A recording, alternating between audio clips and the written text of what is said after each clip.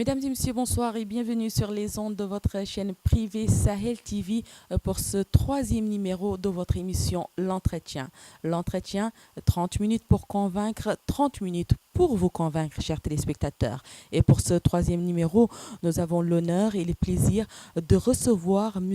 Diop Amadou Tijane, banquier dans une banque de la place et également président du Front républicain pour l'unité et la démocratie. Monsieur le Président, bonsoir. Merci d'avoir accepté notre invitation. Et je partage également ce plateau avec mon chroniqueur, Baye Omar Niass. Baye, bonsoir. Monsieur le Président, ma première question est qui est Diop Amadou Tijane pour ceux qui ne le connaissent pas? Merci très sincèrement d'être venu et me permettre cette opportunité de m'adresser au peuple mourtanien en parlant modestement de ma personne, Diop Amadou Tijane. Je suis jeune mauritanien, cadre et professionnel des banques. Je suis diplômé de 3e cycle en finance et en droit des affaires. Là, je suis conseiller juridique d'une banque en place, et où j'étais même directeur audit contrôle interne auparavant. Et j'ai été aussi auditeur dans une banque avant d'être là où je suis aujourd'hui. Et j'ai été aussi responsable de contrôle de gestion en Mauritel, après avoir quitté la première boîte qui m'avait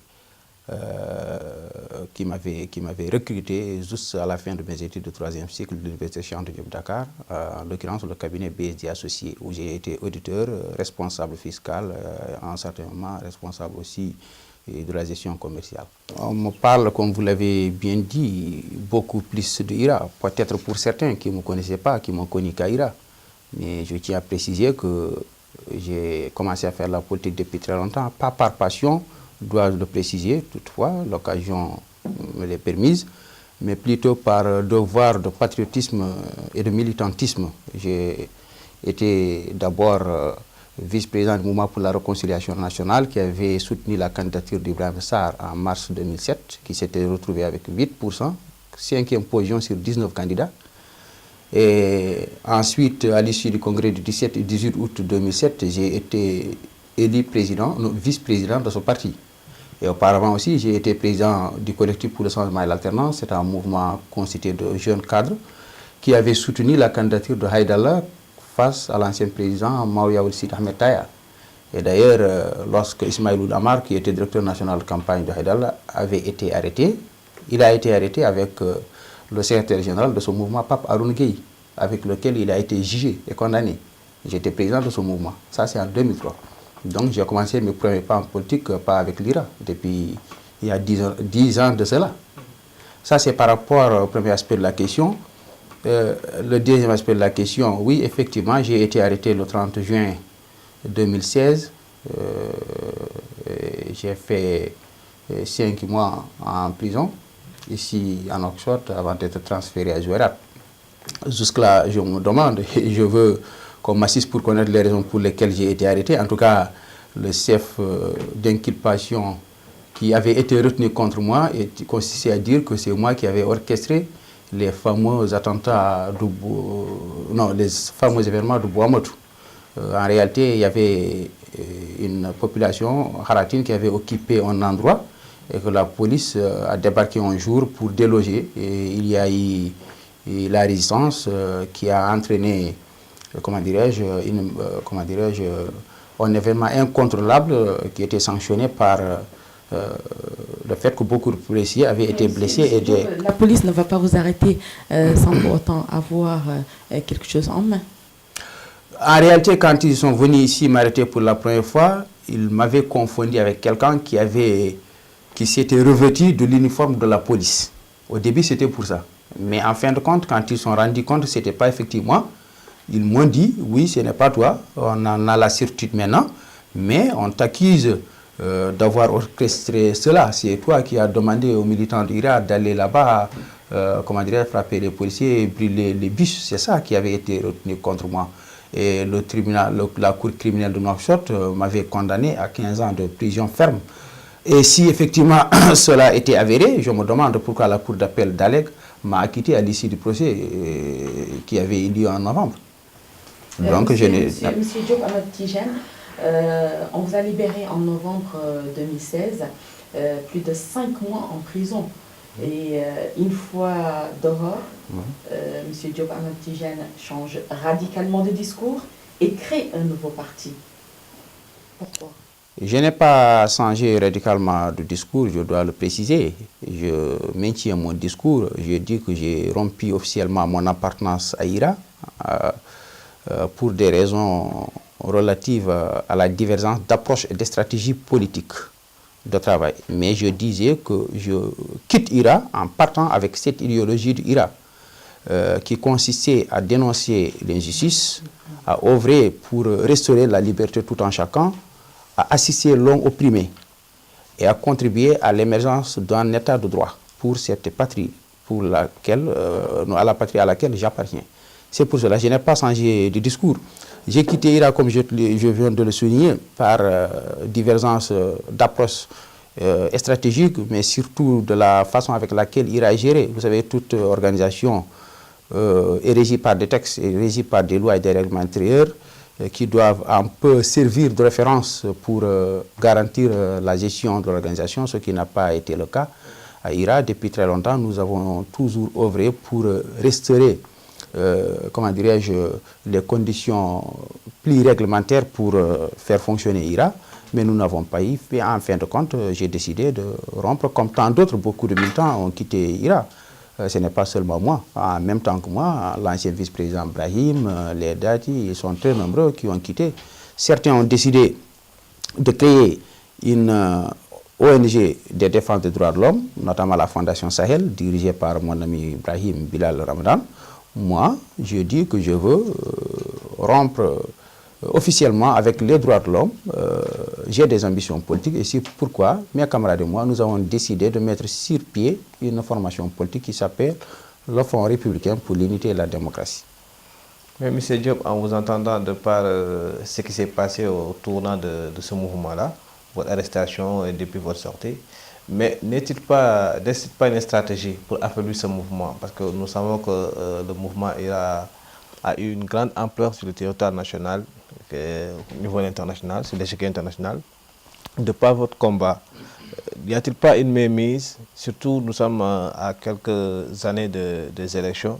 Est-ce que ce n'était pas quelque chose, parce que vous avez parlé tout à l'heure d'approche et de stratégie, n'était-il pas une stratégie dont vous avez déjà eu à planifier auparavant et trouver l'opportunité pour la saisir?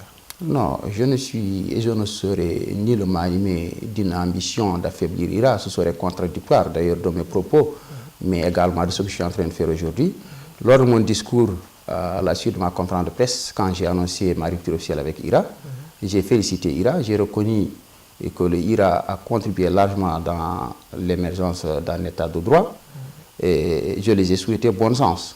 Et si IRA aussi a obtenu toute cette gloire, je dois dire modestement, il y a ma part. Voilà. Et je considère en quittant IRA, je le répète une fois encore, c'est puisque nous ne fixons pas le même horizon.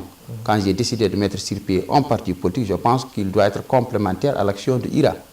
Comme il doit être complémentaire à l'action de tous les partis politiques et toutes les organisations qui œuvrent en tout cas pour le bien-être des Mauritaniens. Ça ne peut pas être une stratégie. Je souhaite bon sens à IRA, je veux qu'IRA continue à réussir. Et je pense que ce que j'ai fait, ou ce que mes camarades et moi nous sommes en train de faire, et ce que IRA est en train de faire, comme les autres partis, convergent. Donc, ni le moi, je ne vois pas l'intérêt pour lequel je dois combattre IRA, non. non.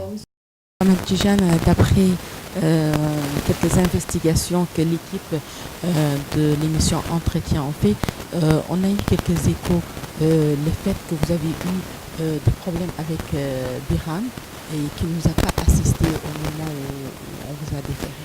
Oui, l'approche stratégique dont je fais allusion tout de suite, il y a de cela, entre autres, puisque, à mon avis, une organisation comme IRA, lorsqu'elle se retrouve avec des prisonniers, ce qu'elle devrait inscrire comme priorité, c'est de faire libérer ces prisonniers, d'autant plus qu'ils sont innocents. D'autant plus que nous, lorsque Biram et Brahim étaient en prison, nous avons ménagé aucun effort pour les aider à recouvrer leur liberté. Et c'est ce que nous avons fait. Alors, Biram était inscrit dans une autre optique qui consistait à nous demander de boycotter le procès d'appel afin de rester là-bas. Cela n'est pas un secret de polichinelle. Vous le demandez la question, vous lui posez la question, il vous dira oui, mais il vous dira c'est une stratégie. Moi, jusque-là, je veux comprendre comment cela peut être une stratégie. 13 militants de IRA, dont la plupart sont membres du bureau exécutif de IRA, se retrouvent en prison pour une affaire à laquelle ils ne sont pas liés et que le président et la direction de l'organisation se mettent à travailler dans le sens à les maintenir en prison. Cela, je ne peux pas trouver d'explication pour cela. C'est ça. Pourquoi cette stratégie en fait? Pourquoi Biram a eu cette idée de vous demander de boycotter ce procès? C'est à lui de répondre à cette question, puisque moi, quand j'ai demandé le motif, je n'en ai pas trouvé jusque-là. Et quel est en fait le problème qui s'est créé au niveau du groupe qui a été emprisonné? Apparemment, il y a eu... Le problème, c'est lorsqu'il nous a demandé de boycotter, il avait demandé à certaines personnes, lorsqu'on doit partir au vote pour se départager, est-ce qu'il faut participer au procès en appel de Zouérat ou il ne faut pas participer? Certains avaient dit non, qu'ils ne vont pas participer, qu'ils vont boycotter. Nous avons dit oui, nous allons participer, puisque c'est nous qui avions refusé le verdict du tribunal de première instance qui nous avait condamnés. Et nous avons fait l'appel. Nous avons fait l'appel dans la perspective de voir l'organisation d'un procès en appel.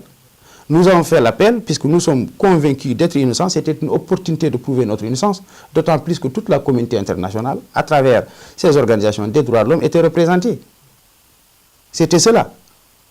Nous ne pouvons pas demander l'appel et que celui-ci ait lieu et qu'on le boycotte sans motif. Ce n'est pas conséquent. Autant se résigner et se conformer à la décision du verdict du tribunal de première instance. C'était contradictoire. C'était contradictoire. Jusque-là, je n'ai pas de raison, je n'ai pas de motif valable qui consiste à nous demander de nous maintenir en prison. Je ne sais pas. C'est à lui de répondre à cette question. Et je l'ai lui posé. Vous avez posé la question à Biram? J'ai posé la question, ce n'est pas seulement moi, mais on n'a pas de réponse jusque-là. Et nous avons, pour se départir, procédé au vote. Il y a eu 8 parmi nous, les 13, qui avaient dit qu'ils allaient participer et 5 avaient dit non. Et c'est comme ça, c'est à la suite de ce vote que nous avons décidé de participer au procès. C'est ça le problème. Et c'est lui qui nous avait imposé ça. Donc c'est l'une des conflits que vous avez eu avec... Entre autres. Mais également la gestion, puisque tout doit être fait sur la base des textes qui régissent quand même le fonctionnement de notre cadre, de notre structure. Mais il n'est pas d'équivoque que les décisions se faisaient de façon unilatérale, sans se fonder sur le règlement intérieur. Mais quand même, en tant que vice-président d'un parti comme IRA, un parti qui a fait un boom au niveau national comme au niveau international, vous avez quand même votre mot à dire par rapport à cela. Le mot à dire, il est là. Je suis allé au-delà d'un mot, mais plutôt je me suis exprimé par un acte en décidant de quitter et de rompre officiellement avec cette organisation, puisque ça ne colle plus à mes convictions, cette stratégie, cette approche d'affaires. Et j'ai quitté le cadre, j'ai créé un autre pour poursuivre conformément à mes convictions, qui m'ont animé depuis 2003, à travers le collectif pour le changement et l'alternance que j'avais dirigé, dont je venais de faire allusion tout de suite. Et je considère jusqu'à présent que le combat de IRA est censé être complémentaire à celui que nous sommes en train de faire. Monsieur Diop, en vous entendant, apparemment nos leaders politiques ne se font plus confiance aux aides mauritaniens. Donc au lieu de servir, chacun essaie de trouver un moyen pour se démarquer et essayer de marquer aussi son empreinte. Je vous ai dit tantôt, est-ce que ce n'est pas l'une de vos stratégies que vous avez déjà au préalable eu à manœuvrer ou pas, par rapport aussi à ce parti, le Front républicain pour l'unité et la démocratie? Est-ce que ça concorde avec les objectifs d'IRA? Quelle stratégie? Pour quelle fin? À moi de vous poser la question. Puis vous parlez s'il ne s'agit pas de mon stratégie, pour quelle fin?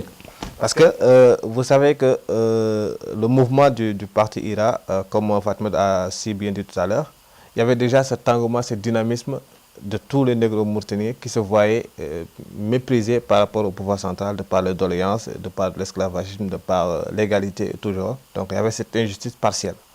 Donc ce mouvement vous a donné un punch sur l'échiquier national parce que vous avez marqué votre empreinte.